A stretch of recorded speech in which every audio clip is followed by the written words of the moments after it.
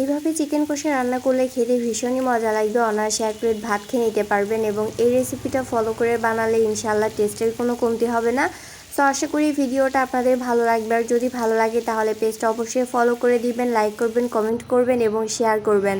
YouTube থেকে দেখলে অবশ্যই পেজটা সাবস্ক্রাইব করে দিবেন এবং বেল বাটনটা অন করে রাখবেন। একটা হাঁড়ি বসিয়ে দিয়ে পরিমাণ মতো তেল দিয়ে গোটা মশলাগুলো দিয়েছি, তারপর এক বাটি পরিমাণ পেঁয়াজ দিয়ে কিছুটা ব্রাউন করে নিয়েছি, তারপর আদা বাটা রসুন বাটা দিয়ে সামান্য পানি অ্যাড করে গুঁড়া মশলাগুলো অ্যাড করে নিব। ধনের গুঁড়া, জিরার গুঁড়া, লবণ ছিল, হলুদের গুঁড়া, মরিচের গুঁড়া এবং সামান্য গরম মশলার গুঁড়া। এই পর্যায়ে মশলাটা খুব ভালোভাবে কষিয়ে নিতে হবে। মশলা থেকে তেলটা যখন আলাদা হয়ে আসবে তখন চিকেনটা অ্যাড করে দিতে হবে, দিয়ে নেড়ে চেড়ে মিশিয়ে নিতে হবে। নেওয়ার পর এখানে অ্যাড করে দিচ্ছি 3 থেকে 4টা পটল এবং একটা আলু।